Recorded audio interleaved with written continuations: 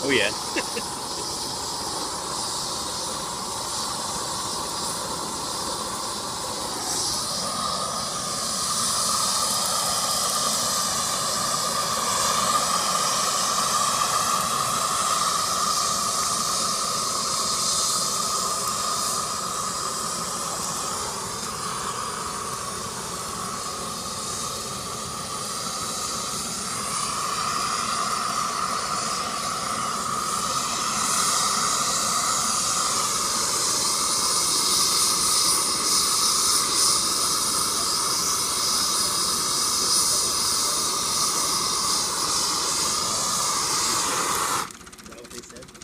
Alright, we got a little smoke up there where it's just starting to get going.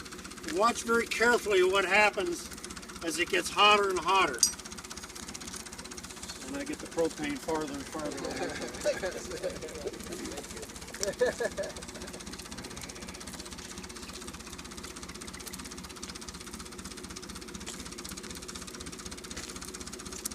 Notice this in here, where it's not involved in flame so much.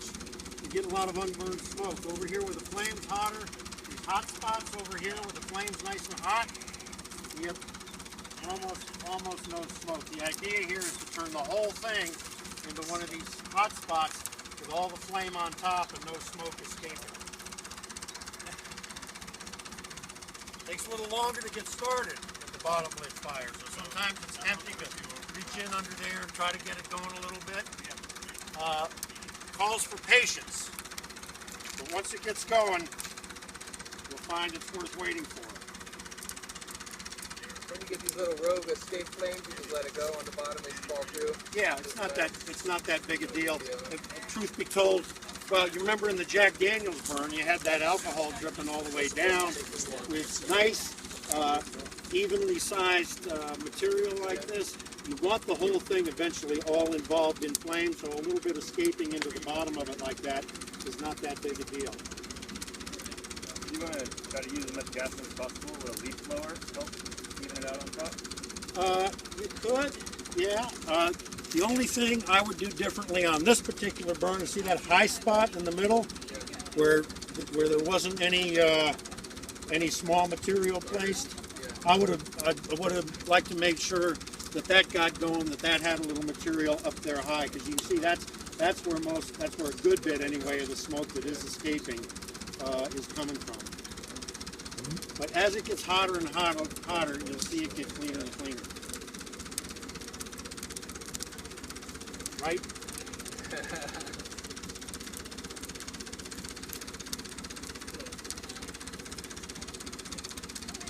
If you move around it, look at it from all sides. See, in the hottest spots, right over here is a good example, where it's really behaving nicely. Nice and hot, there's a little char forming in the middle of it. You have a nice hot pocket that's fully involved, and there's almost no smoke escaping from it. White stuff, and if you want to hit that with your sprayer light, you could, yeah. It's a little bit early. The fire isn't really going strong enough in there to start knocking it down. That's exactly what you were looking for. If you're trying to maximize your char yield, that's what you look for. All that white stuff in there.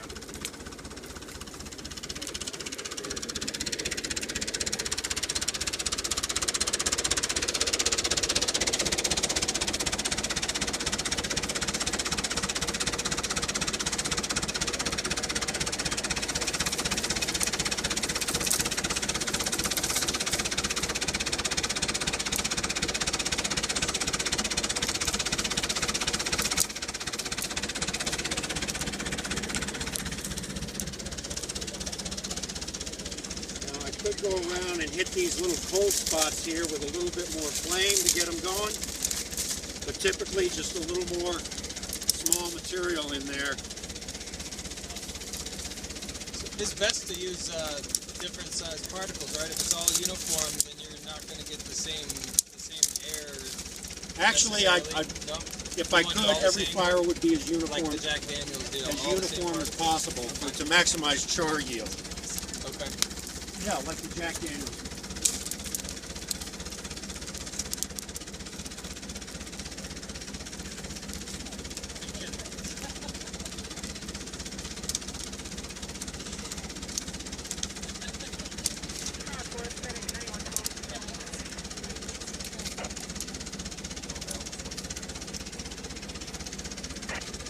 Actually, if we are getting off to a slow start here, we have some time. If we could grab a couple of handfuls of that really small stuff, let's see what happens if we put some up here in the middle and get that going.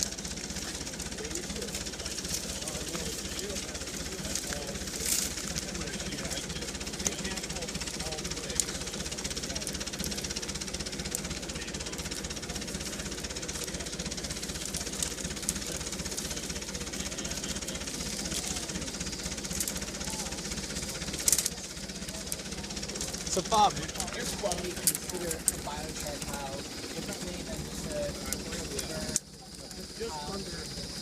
burned eggs right there.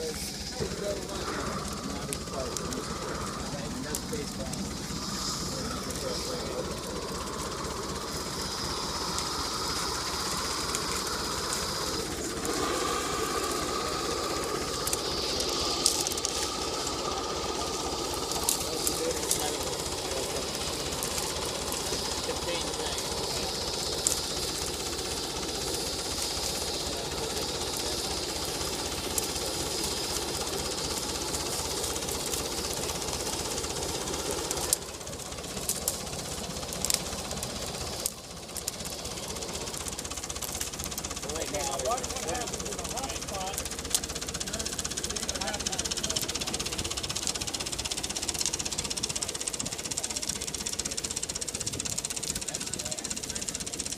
Over here where it's a little cooler, you have smoke machines. Over here where it's nice and hot, fully involved, and grab more by that rising light side down.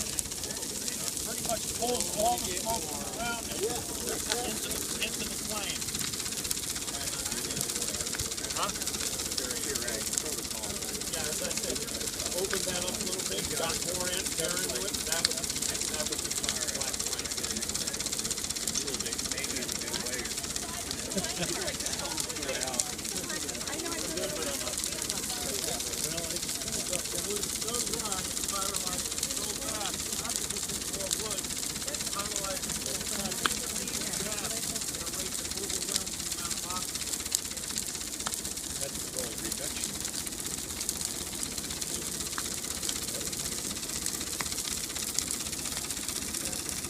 Now you see how nicely contained and shaped that flame is, like candle flame. That's what it's supposed to do over the little hot.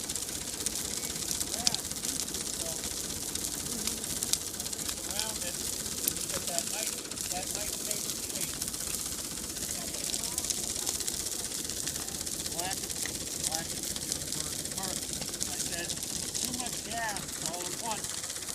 Even as nicely as the piles, there's still not enough air getting to it. So we can improve on this.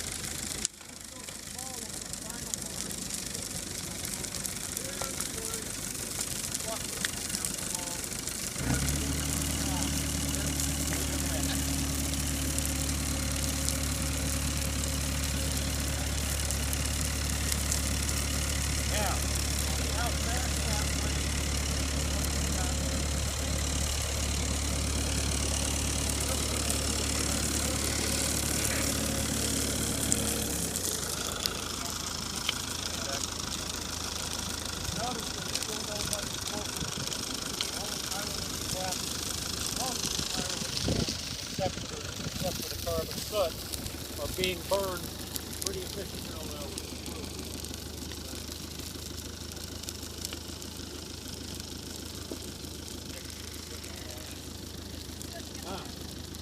Soot and tar. The question was, what's the difference between soot and tar? Tar is oil, right? Yeah, sort of. Yeah. Yes. Soot is just very, very fine black particles. Tar is a combination of very complex, long chain hydrocarbons. Hydrocarbons. Actually, that are so long and so thick that they don't burn very well. They're actually more complicated than oil. Oil burns better than tar does.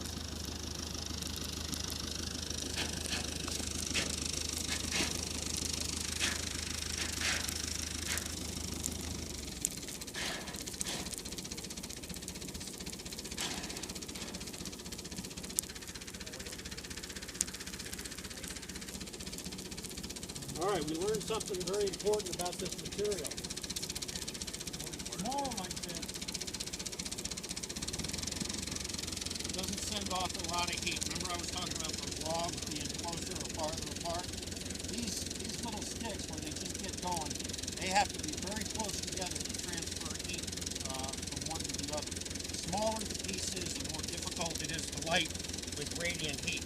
In fact, the U.S. Forest Service Fire Lab in Missoula, Montana just discovered a couple of months ago that most grass fires don't proceed by radiant heat because the blade of grass is too small, too thin, gives up heat too readily to be ignited by radiant energy. It has to come in contact with a flame in order to light.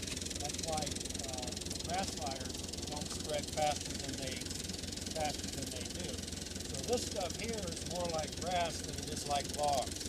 That's why it didn't really get going until we put a lot of them very close together on top. But once that happened, once that reached a certain critical heat, look what happened. How long was that? 10 minutes? I mean, it's about 15 minutes waiting for it to get going. 12 minutes. And once it started, it burned down to almost nothing in that amount of time. This is where we get to move in with the McLeod tools. Gloved up and ready to go. We've got the other one. Who wants to grab the other one? I got some hose too. What are you bananas over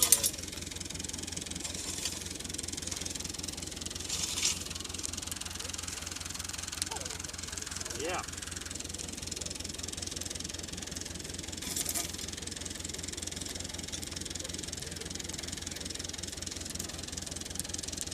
All right. Notice how he moves in on that sort of sideways. Not exposing your whole face directly to it. Just kind of look at it out of the corner of your eye, just enough to be able to see what you're doing, but stay protected from the radiant heat.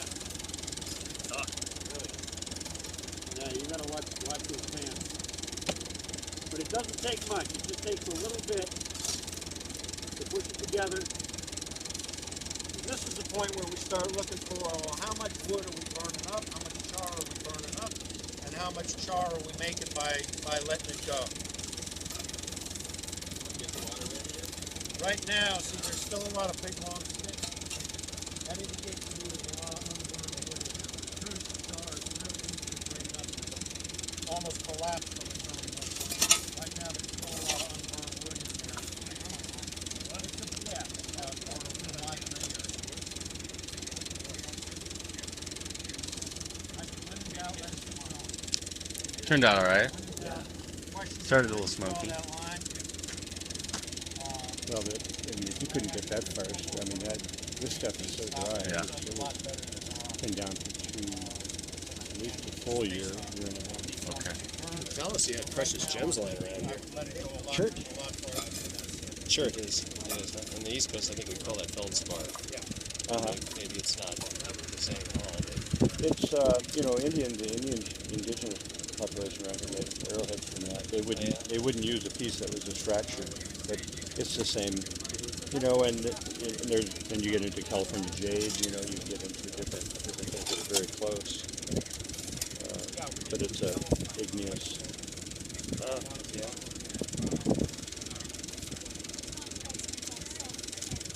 And the Native Americans traded with